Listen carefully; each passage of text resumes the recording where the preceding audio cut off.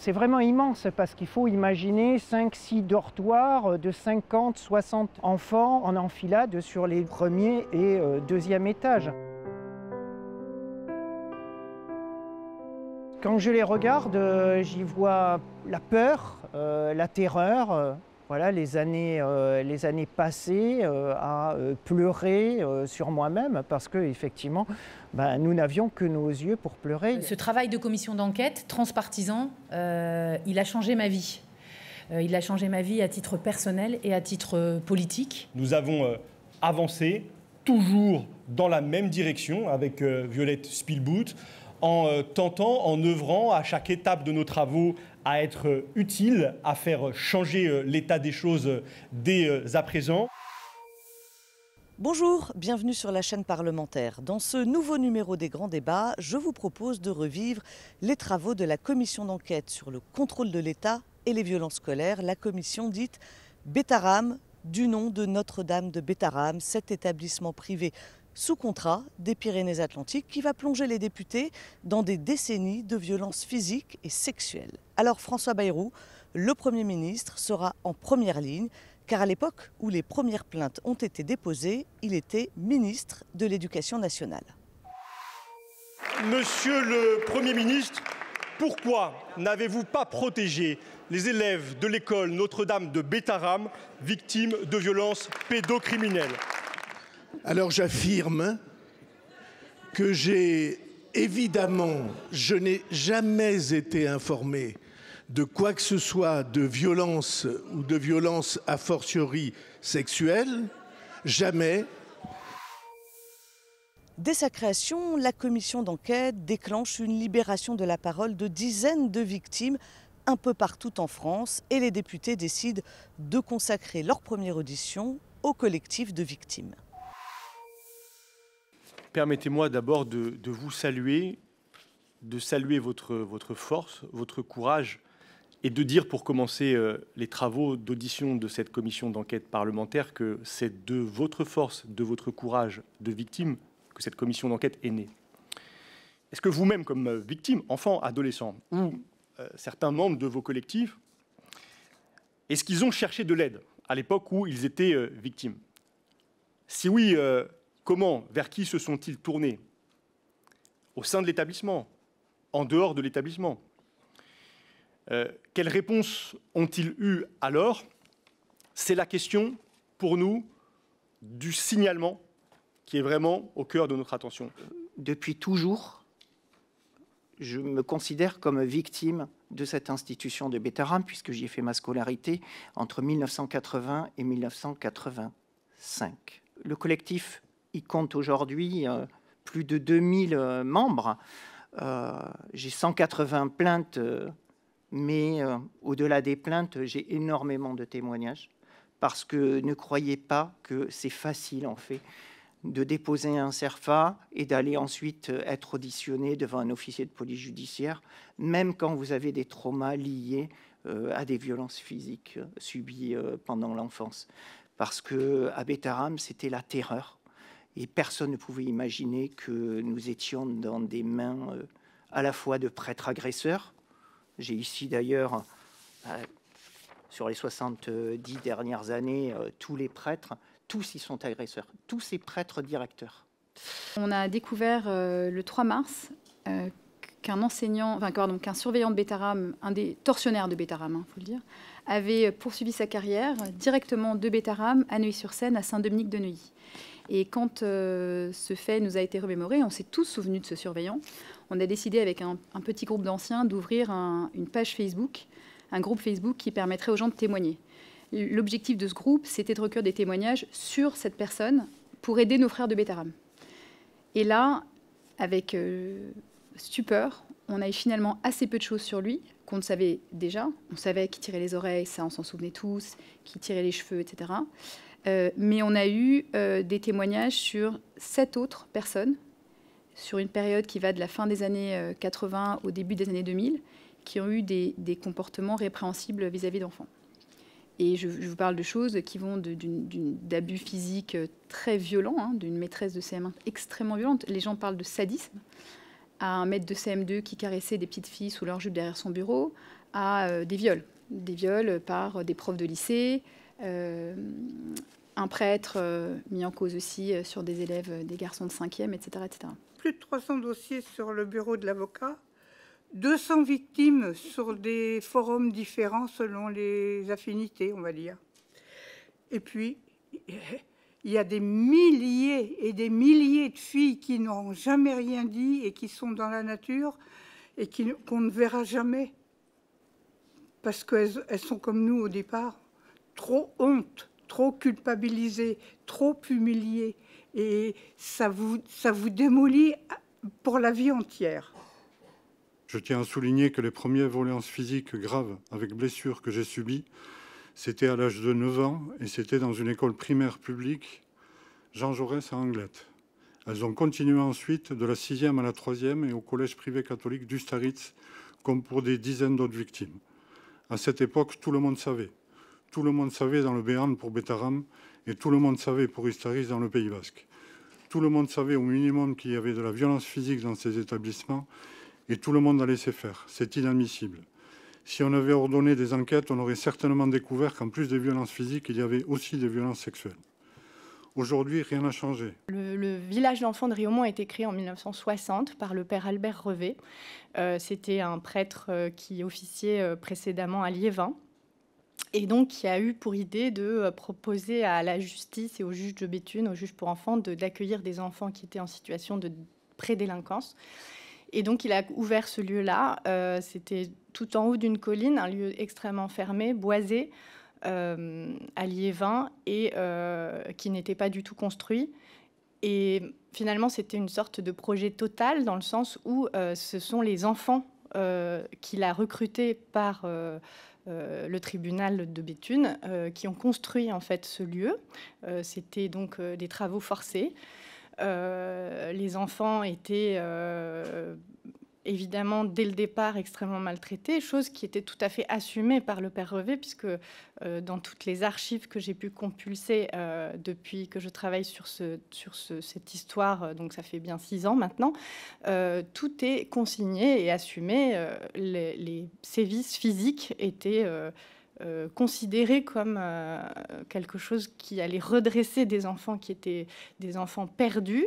Le père Revet assumait le fait d'embrasser les enfants sur la bouche. Le père Revet assumait d'enfermer les enfants au pain sec et à l'eau pendant 5 jours, nus dans des douches frappées à coups de ceinturon côté boucle. J'ai des anciens qui ont des traces, qui ont gardé des traces physiques de ça. Les enfants, quand ils essayaient de fuguer, on les rasait et on leur mettait une croix au mercurochrome rouge sur la tête pour que toute la ville sache qu'ils avaient essayé de fuguer. Donc c'était comme une sorte de système carcéral, clairement, et tout le monde le savait. Tout le monde était au courant de ce qui se passait dans ce lieu. Les enfants fréquentaient les écoles publiques de Riaumont. Les instituteurs voyaient l'état physique des enfants, puisqu'ils étaient en culotte courte été comme hiver. Permettez-moi d'abord de vous saluer, de saluer votre force, votre courage, et de dire pour commencer les travaux d'audition de cette commission d'enquête parlementaire que c'est de votre force, de votre courage de victime que cette commission d'enquête est née. Nous assistons à une forme de tsunami, de mur qui est en train de se fissurer. Je crois qu'on est au tout début. L'essentiel de vos collectifs ont été constitués il y a quelques jours, quelques semaines, à la suite de la création du collectif des victimes de Betaram. Si cette commission d'enquête a une utilité, peut-être dès ses premiers instants, c'est celle-là. Participer avec vous à ce processus de libération de la parole. Nous ne sommes pas dans la recherche de responsabilités individuelles. Et notre objet, comme commission d'enquête parlementaire, est de venir identifier d'éventuelles défaillances dans les modalités de contrôle par les différents services de l'État, le ministère de l'Éducation nationale, le ministère de la Justice, le ministère de l'Intérieur, peut-être d'autres administrations, modalités de contrôle au sein des réseaux d'établissements privés sous contrat, notamment de l'enseignement catholique, dont il faut rappeler qu'il est largement financé sur fonds publics. Et à partir de l'identification de ces défaillances, et bien évidemment de proposer des évolutions pour empêcher d'autres Beta-Ram, empêcher d'autres Ustaritz, Notre-Dame de Garrison, empêcher d'autres drames comme ceux que vous nous avez décrits et protéger tous les enfants. Est-ce que vous-même, comme victime, enfant, adolescent, ou certains membres de vos collectifs, est-ce qu'ils ont cherché de l'aide à l'époque où ils étaient victimes? Si oui, comment, vers qui se sont-ils tournés? Au sein de l'établissement, en dehors de l'établissement? Quelles réponses ont-ils eues alors? C'est la question, pour nous, du signalement qui est vraiment au cœur de notre attention. Moi, je suis rentré donc en 1958. Et tous les abus sexuels qui se passaient à l'époque, personne n'en parlait. Y compris entre nous, on n'en parlait pas. Moi, j'ai passé donc 7 ans internes. J'ai joué dans l'équipe de foot depuis les Benjamins, minimes, cadets, peu importe, avec 3 personnes, 2 qui ont porté plainte. Jamais, jamais on a découvert maintenant qu'en fait, on a été victime. On n'en a jamais parlé. Moi, personnellement, mes parents sont morts. Ils ne l'ont jamais su. La première personne à qui j'en ai parlé, c'est mon épouse, il y a maintenant, on va dire, 3 semaines, après 50 ans de mariage. Nous, en ce qui concerne le Collège Saint-Pierre, aucune aide de toute façon n'aurait pu être sollicitée auprès de la direction de l'école parce que la violence y était vraiment systémique. Voilà. Donc de bas en haut, je dirais, à part les femmes qui nous servaient à la cantine, tout le monde était dans la violence. Je n'ai pas, jusqu'à maintenant, on commence à remonter le fil de l'histoire de ce continuum de la violence. On a repéré à peu près tous les professeurs. Il n'y en a pas un qui, un jour ou 2, c'est rare qu'il n'en ait donné qu'un, n'ait pas frappé un élève. Ils étaient recrutés pour ça, véritablement. Pas de signalement pendant 30 ans, ça veut dire que qu'a fait l'État pendant ce temps-là? Je m'excuse, mais on est à l'Assemblée, on paye des impôts. Il n'y a pas eu, en 30 ans, un signalement. Et vous parliez tout à l'heure d'omerta, mais de toute façon, c'est le modus operandi de toutes les écoles privées catholiques. C'est-à-dire qu'il ne faut pas atteindre à la réputation de l'école. Donc on ne fait pas de bruit, on ne fait pas de vagues. On m'a même redit il n'y a pas longtemps, on lave notre linge sale en famille. On a le devoir d'être à la hauteur de l'espoir qui est en train de naître. C'est-à-dire c'est un jour fondateur aujourd'hui parce que vous vous rencontrez, vous, les différents collectifs, vous ouvrez par la médiatisation la libération de la parole à d'autres victimes et surtout, vous allez nous donner les clés et donner à tous ceux qui ont été acteurs de ce système et qui le sont aujourd'hui pour sécuriser et faire en sorte que tous les protocoles, le signalement, la chaîne de responsabilité deviennent efficaces, rapides, pour empêcher que quand il y a une violence qui commence, elle ne se perpétue pas et elle ne devienne pas plus grave. L'affaire Notre-Dame Beta-Ram met en cause François Bayrou, le Premier ministre, dès 1996. Et les députés vont entendre des personnages clés de l'époque, à commencer par Françoise Gulung. C'est une ancienne enseignante de mathématiques de Notre-Dame de Beta-Ram qui a révélé plusieurs de ces violences. Elle raconte ce qu'elle a vu et ce qu'elle a signalé. Et question très simple pour commencer, à partir de quand êtes-vous témoin de violences dans l'établissement Beta-Ram que vous rejoignez donc en septembre 1994 et de quel type de violence êtes-vous témoin à ce moment-là, à partir de ce moment-là? Je me suis perdue, je cherchais le secrétaire dans les couloirs. J'entends sur ma gauche dans une salle un adulte qui hurlait sur un enfant, qui le cognait, j'entendais les coups. Et venait en face de moi Madame Bayrou. Donc, bêtement, hein, je lui dis, mais qu'est-ce qu'on peut faire? Et elle n'a pas compris ce que j'attendais. Ça, c'est clair, elle n'a pas compris. Donc, voilà, c'était entre 15 jours et 3 semaines après la rentrée, quoi. Ensuite, les choses que j'ai vues très, très, très vite et qui m'ont beaucoup, beaucoup dérangée, c'est mes élèves. J'avais des enfants qui étaient écrasés de fatigue, qui étaient ternes, qui étaient passifs, et qui, de temps en temps, il y en avait un ou l'autre dont la tête tombait sur le pupitre Alors, la première fois où ça vous arrive, ça surprend quand même. Donc j'ai voulu savoir, j'ai interrogé. On m'a dit c'est pas grave, il y a eu des parce que les enfants essayaient de pas trop parler. C'est pas grave, il y a eu des problèmes à l'internat cette nuit, on n'a pas pu dormir. N'empêche que ce genre de problème, ça se répétait avec une fréquence folle. Bon, alors là, j'ai commencé à aller voir l'infirmière parce que j'ai voulu comprendre. Et l'infirmière m'a confirmé qu'il se passait ce genre de choses. Et elle m'a dit, mais bon, il me semble qu'il se passe aussi d'autres choses. Mais donc je pense que c'était dans le premier mois et demi. Vous pouvez juste expliciter ce genre de choses, c'est-à-dire ? C'est-à-dire des enfants qui visiblement avaient passé une grande partie de la nuit debout sans pouvoir dormir. Alors, les enfants, alors ce qu'elle m'a expliqué, ce que les enfants peut-être n'osaient pas dire, c'est que les enfants étaient mis au garde à vous au pied de leur lit et que ça pouvait durer 2 heures, 3 heures. Donc là, on était encore en 94, je pense, ou tout début 95, j'ai commencé à signaler. J'ai écrit à M. Bérou, l'infirmière l'avait déjà fait quelques temps avant, sans réponse. J'ai écrit moi aussi, sans réponse. J'ai fait un courrier que j'ai envoyé au tribunal sans réponse. Je suis allée à la gendarmerie et on m'a dit « Oh oui, on sait ». Et j'ai aussi écrit à la direction diocésaine et j'ai contacté le médecin de la PMI.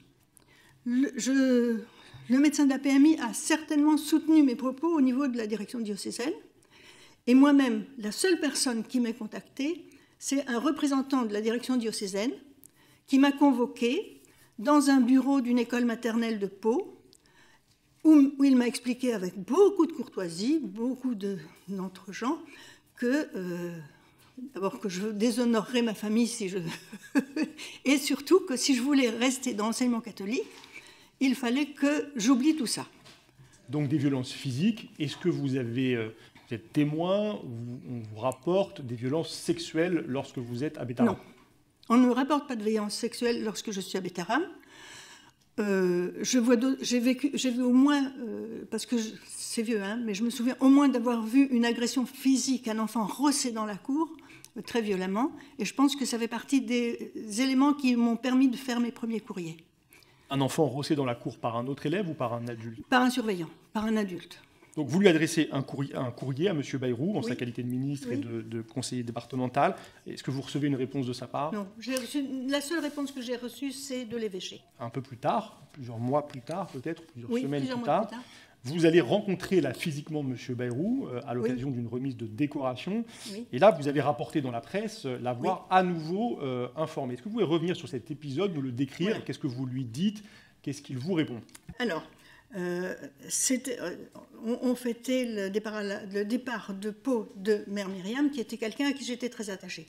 Donc j'y suis allée, et à un moment, je vois M. Bérou à côté de Mère Myriam. Mère Myriam était à sa droite et lui à gauche. Je me suis dit, bon, c'est le moment ou jamais. Il ne m'a jamais répondu, je tente. Donc je suis allée à lui, et je lui ai dit, M. Bérou, c'est vraiment grave ce qui se passe à Bétharram, il faut faire quelque chose.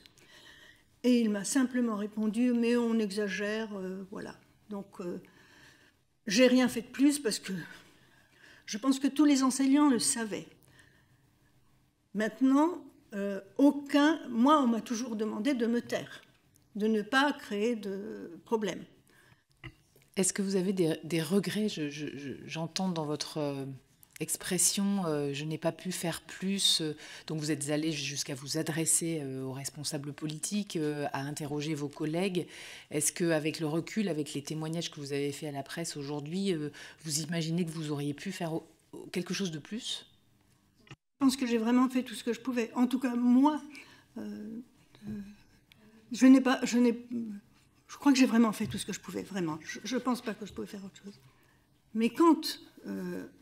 en décembre 1995, ces 2 enfants ont été mis dehors, dans le froid. Alors là j'ai trouvé que c'était vraiment... J'ai considéré que c'était de la torture, de la barbarie de faire ça à des enfants. Et alors là j'ai décidé que je n'aurais plus aucune prudence par rapport à ce monde-là. Ça, c'est clair. Donc la première chose que j'ai fait, ça s'était passé juste avant Noël, les vacances de Noël. Donc à la rentrée... J'arrive dans mes classes de collège, puisque j'avais des collégiens. La première classe où j'arrive, j'avais des enfants affolée, terrifiée. Alors je les calme pour ce qu'ils me racontent, parce que je ne savais pas.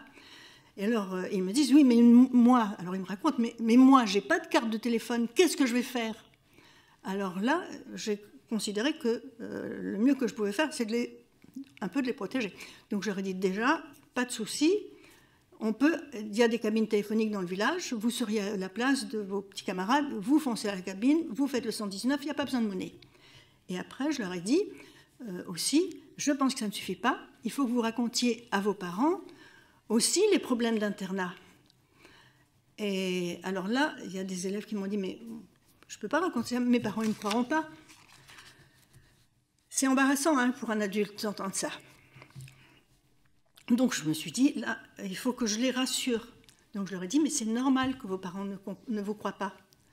Vos parents, ils vous ont mis là en pensant que vous serez bien élevés, qu'on prendra soin de vous. Bien sûr qu'on sera sévère, mais qu'on prendra soin de vous. Donc c'est normal qu'ils ne vous croient pas. Donc il faut que vous en parliez à une tati, une grand-mère, un cousin, quelqu'un qui vous croira et que vous gardiez son numéro de téléphone pour le cas où un pépin vous arriverait.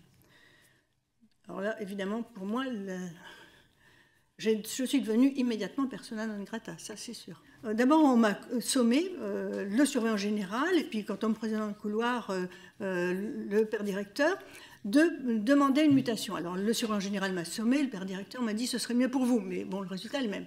J'ai refusé. En avril 1996, une inspection express de l'établissement est diligentée. Et malgré plusieurs plaintes, le rapport conclut à l'absence de dysfonctionnement à Notre-Dame de Bétharram. 2 ans plus tard, en 1998, le père Caricart, le prêtre directeur de l'établissement, est mis en examen pour viol sur mineur. C'est à ce moment-là que le nom de François Bayrou apparaît. Les députés vont entendre tour à tour un gendarme qui a travaillé sur l'enquête à l'époque et un juge d'instruction. J'étais officier de police judiciaire à la section de recherche de Bordeaux. Et j'ai donc été chargé par M. Mirand, juge d'instruction au TGI de Pau, de mener l'enquête sur commission rogatoire concernant les faits commis par Pierre Caricart, qui avait été dénoncé quelque temps plus tôt.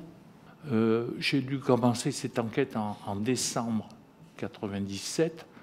J'ai dû entendre Franck Delagane peut-être début 1998. Et ce n'est qu'en mai que j'ai entendu Pierre Caricart. Très bien, le 26 mai 1998. Le 16 février dernier, 2025, sur TF1, vous avez déclaré qu'en arrivant ce jour-là au tribunal, le juge Mirand vous aurait déclaré, je vous cite, « Il y a un problème, la présentation va être retardée. Le procureur général demande à voir le dossier et M. Bayrou est intervenu auprès du procureur général qui demande à voir le dossier. » Est-ce que vous confirmez cette déclaration? Alors, je reprends les termes. M. Mirand m'attendait devant la porte de son bureau.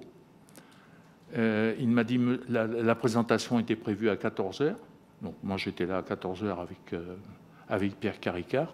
M. Mirand m'attendait à la porte de son bureau et il m'a dit « Monsieur Hontan, la présentation est retardée. Le procureur général demande à voir le dossier. Il y a eu une intervention de M. Bayrou. Point. » Le nom de François Bayrou apparaît là dans ce contexte très particulier. Est-ce que ça suscite une réaction de votre côté? Est-ce que c'est un nom qui était apparu à une autre étape de vos investigations? Est-ce que l'intervention de François Bayrou, telle qu'elle vous est décrite par le juge Mirand, vous surprend à ce moment-là?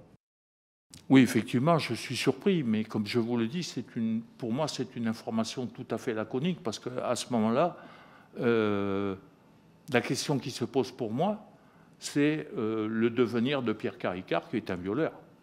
Donc, effectivement, 12 jours après, pour poursuivre sur la remise en liberté, M. Mirand m'appelle en me disant « Monsieur Hontan, la chambre d'accusation a remis Pierre Caricart en liberté, sous contrôle judiciaire. » Et est-ce que vous continuiez une enquête autour de ce fait ou d'autres faits liés aux sévices à Bétharram? Alors, effectivement, M. Mirand, à l'issue de la mise en examen de Pierre Caricart, m'avait demandé de poursuivre l'enquête et d'aller rencontrer l'ensemble des internes qui étaient en même temps à Bétarame que Franck Delagane de Malézieux. Quelques mois plus tard, Benoît Guillaume, que j'avais entendu, a écrit à M. Mirande en lui disant « Monsieur le juge, voilà ce qui m'est arrivé ». Est-ce que, pour conclure cette audition, vous pourriez préciser rétrospectivement votre vision sur la gestion de cette affaire par le système judiciaire et éventuellement politique de l'époque? Oui, je confirme. Je suis parti entendre ces jeunes hommes qui avaient quitté peut-être certains Bétarames depuis 4 ou 5 ans, qui auraient pu se sentir à la limite libres de parler, même si c'est difficile d'avouer qu'on a été violé. Mais il y avait peut-être effectivement une ouverture de porte là qui aurait pu faire qu'ils commencent à parler. Ils ont certainement lu dans la presse, puisque ça avait fait quand même dans la presse relativement de battage, que Pierre Carica avait été remis en liberté. Quand on entend des gens qui maintenant disent « mais même dans notre famille, on ne voulait pas qu'on en parle. Même dans notre famille, on ne nous croyait pas. Comment voulez-vous qu'un jeune homme qui voit un enquêteur arriver et vous interrogez sur ce qu'il a pu se passer à Bétarame, vous interrogez sur ce qu'il a pu se passer quand il partait en camp de vacances, je pense à Benoît Guillaume, qui allait en camp de toile avec Pierre Carica. Comment voulez-vous qu'on puisse parler quand on sait que la justice ne semble pas croire la première victime qui s'est exprimée? Oui, c'est particulièrement décevant, parce qu'on aurait pu peut-être, à cette époque-là, entraîner d'autres témoignages, et peut-être qu'il y aurait eu un encouragement à parler. Il y a des gens qui maintenant sont confrontés par le problème de la prescription, parce qu'ils n'ont pas parlé suffisamment tôt. Alors, je fais peut-être de la justice-fiction, mais si Carica était resté à la maison d'arrêt de Pau, peut-être qu'il ne se serait pas suicidé, peut-être qu'il serait allé devant les assises, même sûrement, et certainement qu'on n'aurait pas perdu 10 ou 20 ans, parce que peut-être que, en 2000, au vu des assises et de la condamnation qui aurait été prononcée contre lui, eh bien, d'autres gens se seraient mis à parler, ce qui n'a pas été le cas. Il a fallu attendre 2020 pour que tout se déclenche. Non, c'est trop tard. Alors, je voudrais maintenant revenir sur votre rencontre avec François Bayrou, qui en 1988 est président du conseil départemental des Pyrénées-Atlantiques et député. Cette rencontre, à l'occasion de laquelle vous lui révélez les faits de violence sexuelle à Bétarame. Une première question sur le moment de cette rencontre. Est-ce que vous avez un souvenir de sa date? Du tout. Mais cette rencontre ne m'a pas surpris, ni étonné, car je connaissais M. Bayrou déjà depuis quelques années, puisque nous sommes voisins depuis au moins 50 ans à l'époque, et il arrivait autrefois que nous nous rencontrions à nos domiciles respectifs. C'était arrivé.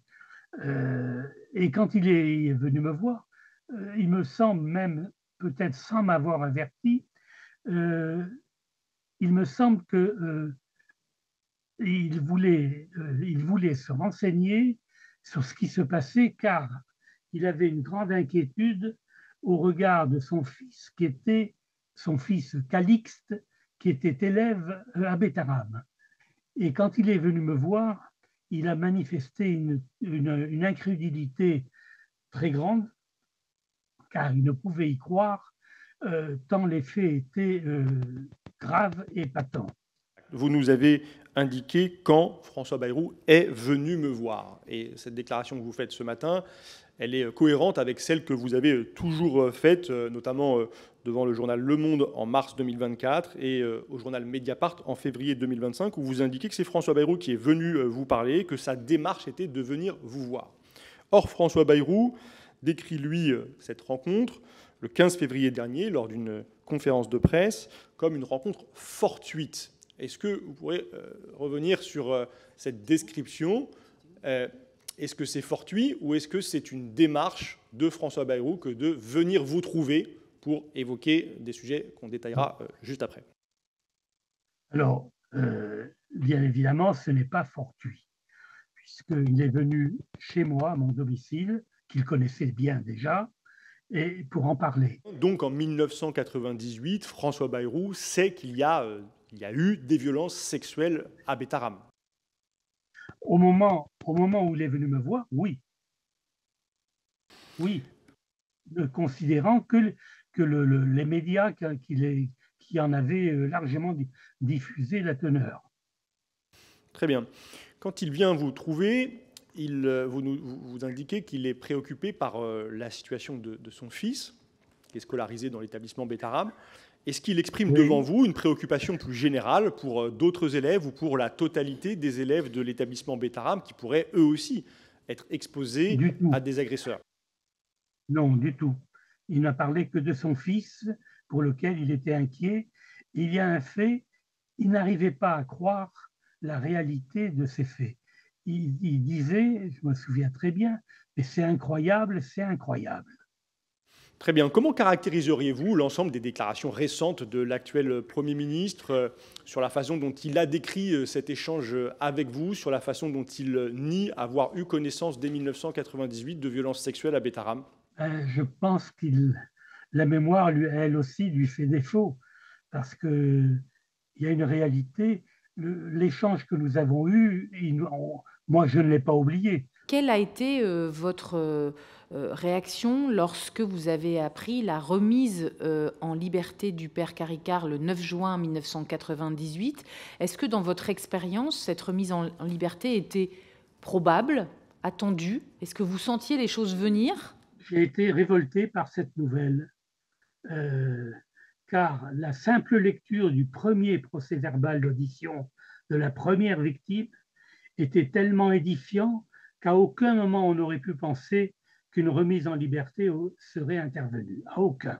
Je voudrais revenir sur votre échange en 1998 avec François Bayrou, où vous lui décrivez des faits que vous avez caractérisés d'ignobles, de révoltants, et vous nous dites que François Bayrou n'arrivait pas à le croire. Alors, qu'est-ce qu'il n'arrivait pas à croire exactement? Il n'arrivait pas à croire que Caricart, qu'il semblait connaître, autrement il n'aurait pas émis cette observation, qu'il semblait connaître ait pu commettre ces faits. Il n'arrivait pas à le croire, qu'il ait commis un viol, parce qu'on en était à ce moment-là au premier viol. C'est très clair qu'il le connaissait et qu'il avait même une certaine conception du père Caricart. Je le souligne parce que donc, nous sommes en 1998 et je veux redire qu'en février 2025, à la mairie de Pau, devant les victimes de Bétarame, François Bayrou, maire de Pau, Premier ministre de la France, a affirmé ne pas connaître le père Caricart. Oui, cela me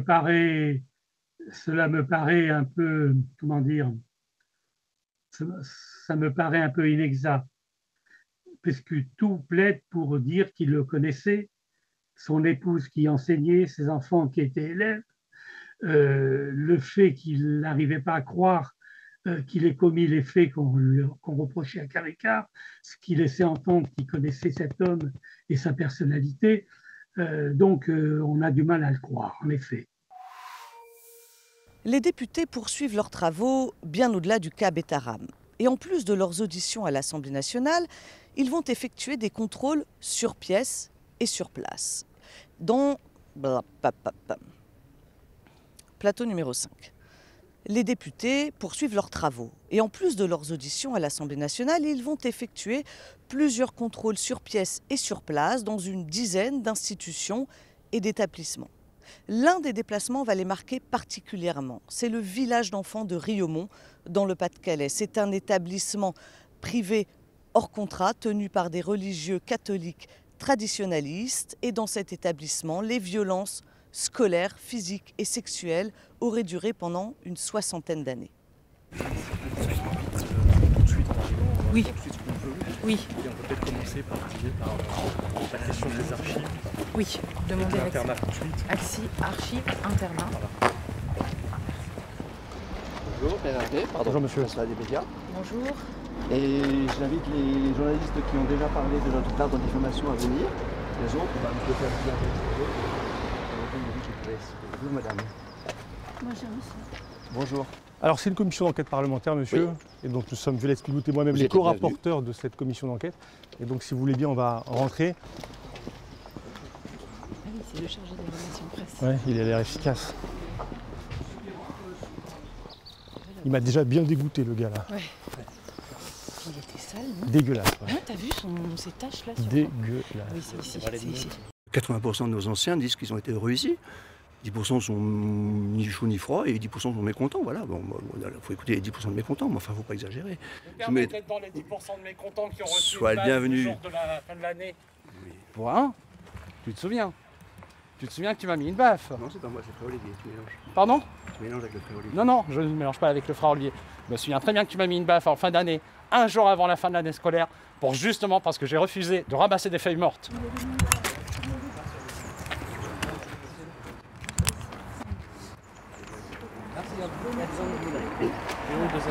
J'ai eu du mal à monter, je ne rentrerai pas. C'est ce que je disais à Bruno, c'est ma prison et j'en suis sorti, je ne veux plus y rentrer.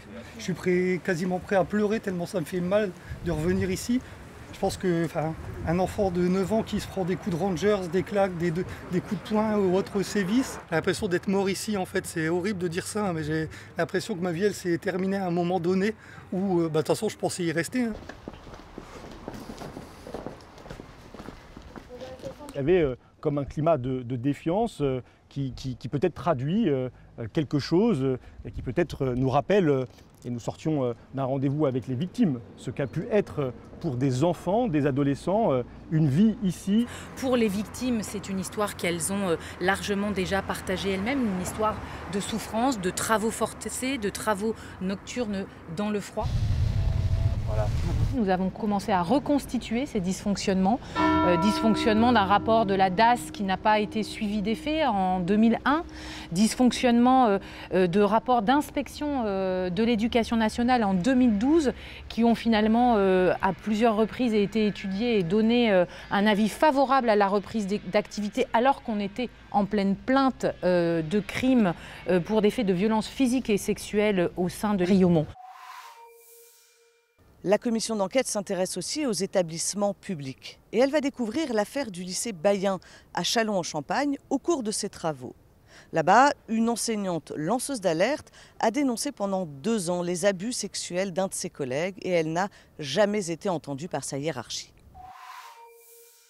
Moi j'étais amie avec le prédateur, puisque je suis arrivée dans la section en 2012, lui il était déjà là depuis les années 90. Et donc en 2021, il y a un collectif qui s'est créé, qui était un groupe anonyme en fait, qui s'appelait Balance ton cirque, et qui a dénoncé des prédateurs sexuels dans les écoles de cirque. Et en fait, aux vacances de la Toussaint 2021, un post est paru dénonçant mon collègue en fait, en disant qu'il y avait un prédateur sexuel qui avait été laissé en poste dans la section cirque du lycée Bayen. Et là, je suis tombée par terre, assise, vraiment. Et en fait, j'étais super en colère, donc je l'ai appelé. Et en fait, je lui ai dit, écoute, soit c'est pas vrai, il faut porter plainte pour diffamation, soit c'est vrai, et je vais vraiment te traquer. Et donc, à partir de là, je me suis dit, j'espère que je ne suis pas passée à côté d'un truc horrible. Et j'ai demandé à mes élèves en rentrant de vacances, je leur ai dit, voilà, il faut que vous me disiez que ce soit, je n'osais pas dire son nom, je ne savais pas, donc j'ai dit que ce soit mon meilleur ami, que ce soit mon père, mon frère. Si vous arrive quelque chose, dans tous les cas, moi, c'est de votre côté que je suis. Et là, en fait, j'ai vu leurs yeux, leur posture, leur silence.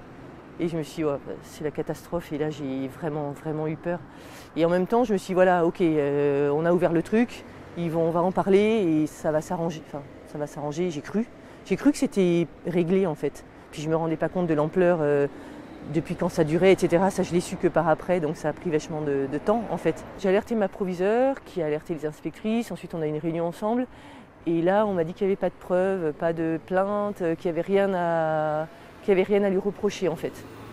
Donc moi, j'ai dit, je crois que c'est grave, vraiment. Il faut vraiment faire quelque chose. Et je me suis dit, ça va se faire. Et en fait, ça ne s'est pas fait. Ce déplacement aujourd'hui illustre que les problèmes en matière de signalement de violences physiques, sexuelles de la part de personnes ayant autorité sur des élèves, ces problèmes se posent aussi dans des établissements publics et notamment dans ce lycée Bayen, puisque des alertes passées à partir de 2021 ne seront traitées par l'Éducation nationale que plusieurs années plus tard, à partir de 2023. Et on peut s'interroger, se questionner sur la lenteur de la réponse de l'administration de l'Éducation nationale, alors que du côté de syndicats, du côté d'associations, du côté d'une autre structure publique, le Centre national des arts du cirque, des décisions, des actions ont été prises beaucoup plus tôt, permettant de mettre à l'écart l'enseignant à l'origine d'agressions sexuelles et d'accusations de viol. Et aussi ce travail qui doit être mené, sur lequel nous avons insisté, de la protection fonctionnelle des lanceurs d'alerte, de la reconnaissance des victimes. Quelque part, on sent qu'est en train de se transformer dans cette affaire ce qui a été pris comme un différend entre deux personnels de l'Éducation nationale et qui est bien en réalité une lanceuse d'alerte qui a agi pour dénoncer des violences sexuelles envers des jeunes qui se sont largement exprimées. Je vous salue. Émouvant d'être là devant le lycée. Merci à vous. Merci à vous. Et puis, on vous en prie, suivez nos travaux, on vous tiendra informé bien sûr. Voilà. Et bon courage à vous. Ouais, merci beaucoup pour la démarche parce que je pense que c'est vraiment... Les auditions sont publiques, les conclusions sont publiques. Voilà, donc ça vous permettra aussi avec les objectifs de continuer le chemin. Voilà. Tout le monde merci. espère. Merci. On va faire le maximum. Plaisir. Au revoir, à bientôt. Merci. Pour les co-rapporteurs, ces contrôles et ces déplacements sur place sont essentiels. Cela leur permet de récupérer des archives, des documents qui permettent ensuite de confronter les protagonistes à la vérité. Là, c'est matériel. Voilà à quoi servent les contrôles sur place et sur pièce. À aller chercher des documents qui sinon seraient restés bien méconnus, inconnus. Et ils sont essentiels, ces documents. Alors, c'est vraiment des milliers et des milliers de pages, là. Il y a près de 10 000 pages de documents. Il y a beaucoup de documents qui nous arrivent aussi des archives nationales, parce qu'on a fait un certain nombre de requêtes, notamment sur les échanges entre les ministres, les cabinets ministériels, les administrations, les associations. Notamment ce courrier que nous avons saisi au ministère de l'Éducation nationale, qui est un courrier qui date de novembre 2024, donc qui est récent, qui est signé par le secrétaire général à l'enseignement catholique.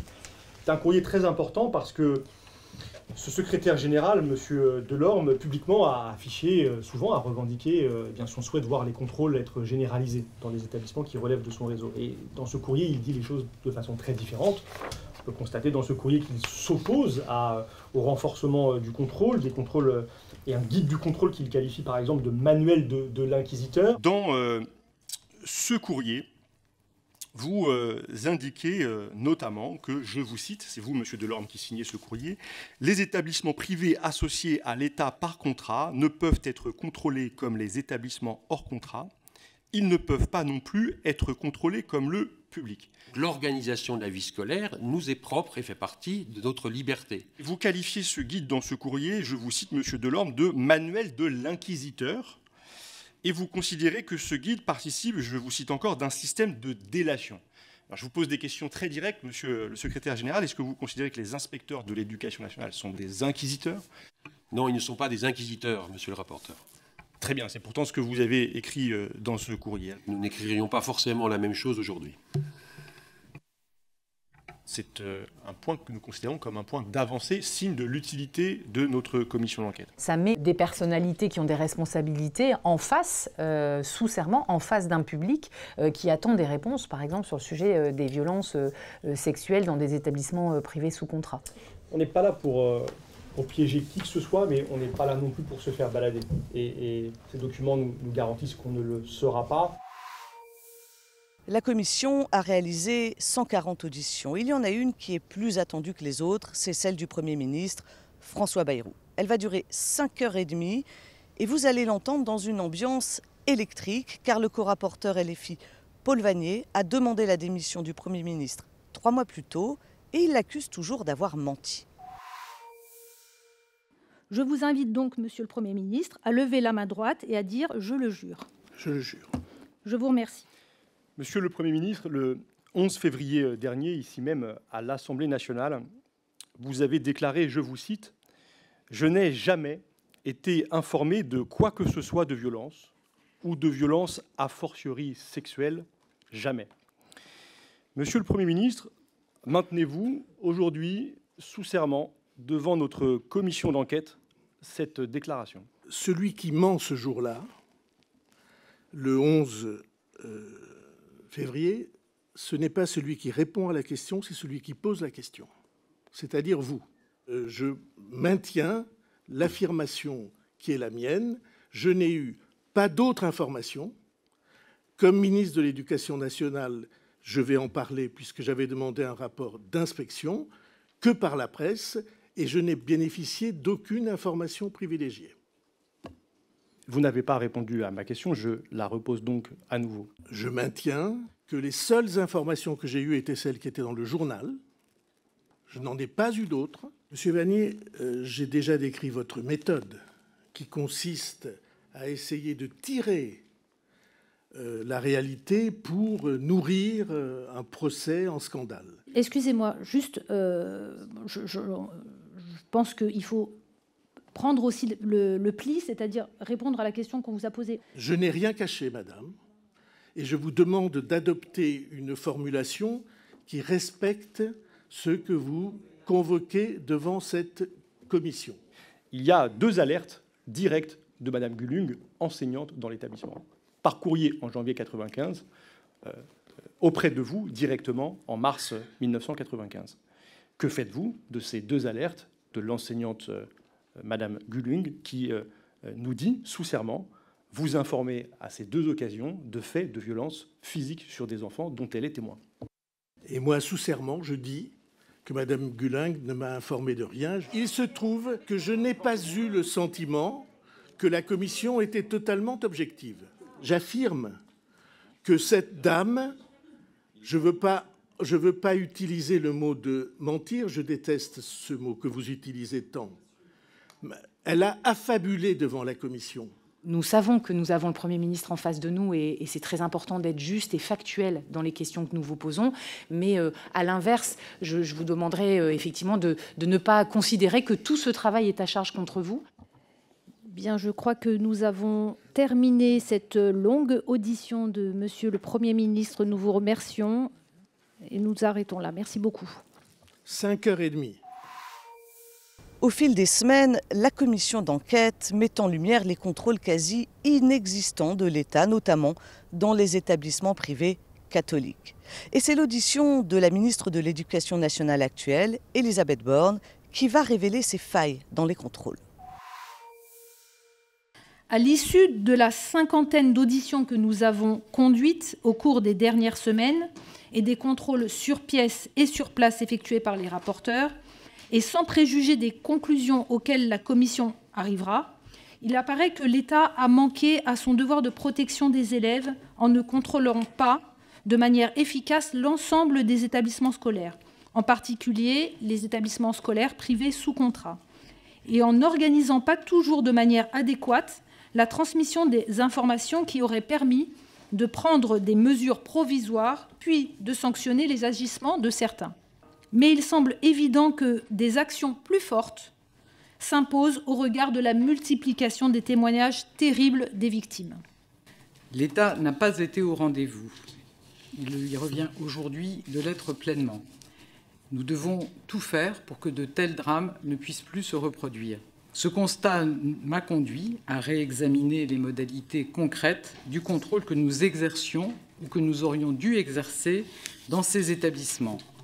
C'est pourquoi j'ai présenté, comme vous l'avez rappelé, Madame la Présidente, le 17 mars dernier, le plan Brisons le silence, agissant ensemble pour que de telles violences physiques, morales ou sexuelles ne puissent plus se reproduire. Ce plan repose sur 3 piliers: assurer la remontée systématique des faits de violence, y compris dans les établissements privés sous contrat, mieux recueillir la parole des élèves dans toutes les écoles et dans tous les établissements, et renforcer les contrôles dans les établissements privés sous contrat.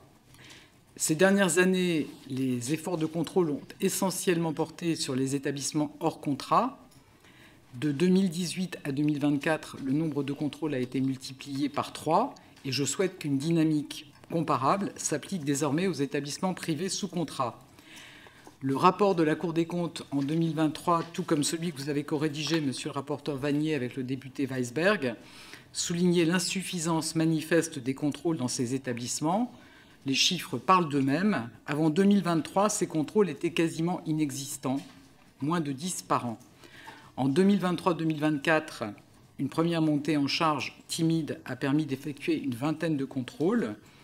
En juin 2024, ma prédécesseure Nicole Belloubet a dû vous en parler. Elle a demandé aux académies d'intensifier ces contrôles et elle a assorti cette instruction d'un renforcement de moyens humains. Les 60 postes d'inspecteurs qui avaient été créés à la rentrée 2023, déployés à la rentrée 2023, ont été mobilisés non plus seulement sur les établissements hors contrat, mais aussi pour les établissements sous contrat. Donc l'intensification doit désormais se traduire dans les faits. Sur l'année civile 2025, 1000 contrôles sont programmés, dont 500 ont été réalisés ou sont en cours. Soit 60 inspecteurs supplémentaires viendront renforcer les équipes cette année et à la rentrée suivante, ce qui portera le nombre d'inspecteurs dédiés à ces contrôles à 200. Et ces moyens doivent nous permettre d'atteindre l'objectif que j'ai fixé, de contrôler 40% des établissements privés sous contrat dans les 2 prochaines années, dont la moitié par des contrôles sur place. Le périmètre de ces contrôles doit être élargi. Il doit couvrir explicitement le climat scolaire et la prévention de toute forme de maltraitance. Sur fait établissement, Madame la Ministre, nous avons des documents qui nous montrent que depuis 2019, ce projet d'élargissement du champ de l'application aux établissements privés sous contrat est discuté, notamment avec le SGEC, le secrétariat général à l'enseignement catholique. Pourquoi est-ce qu'il a fallu aussi longtemps, 6 ans donc, pour de cette idée publier un décret qui va très prochainement rendre obligatoire pour l'ensemble des établissements privés sous contrat le fait de mobiliser cet outil? Alors, vous aurez peut-être noté une certaine réticence qui a pu apparaître dans certains réseaux d'établissements privés sous contrat. Je pense que ces réticences, dans le contexte actuel, sont levées. Et pour pérenniser ces bonnes dispositions, elles seront inscrites dans un décret, ces obligations. Je précise quand même qu'un chef d'établissement qui aurait connaissance de faits de violence, et je pense que c'est important que tout soit formalisé, et c'est désormais le cas, qui aurait connaissance de faits de violence qui lui seraient signalés par un personnel et qui prendrait la décision de ne pas le remonter ou de ne pas faire un signalement au procureur, engage sa responsabilité pénale. Donc je pense que chacun doit être conscient que ne pas faire remonter des informations engage la responsabilité disciplinaire et pénale d'un chef d'établissement. Merci Madame la Ministre. Prise de parole très importante pour tous ceux qui nous écoutent et notamment pour des lanceurs d'alerte, des professeurs qui ont pu par le passé ou encore aujourd'hui sentir une omerta du ministère. Alors on peut la définir, la qualifier, mais en tout cas ne pas libérer leur propre parole, ne pas avoir le courage de témoigner ou avoir essayé une fois et renoncer. Donc je pense que votre parole extrêmement claire sur cette responsabilité est utile à faire avancer la cause. Madame la Ministre, nous avons terminé l'audition. Nous vous remercions. Au terme de la commission d'enquête, les députés ont élaboré 50 recommandations pour mettre fin aux violences scolaires.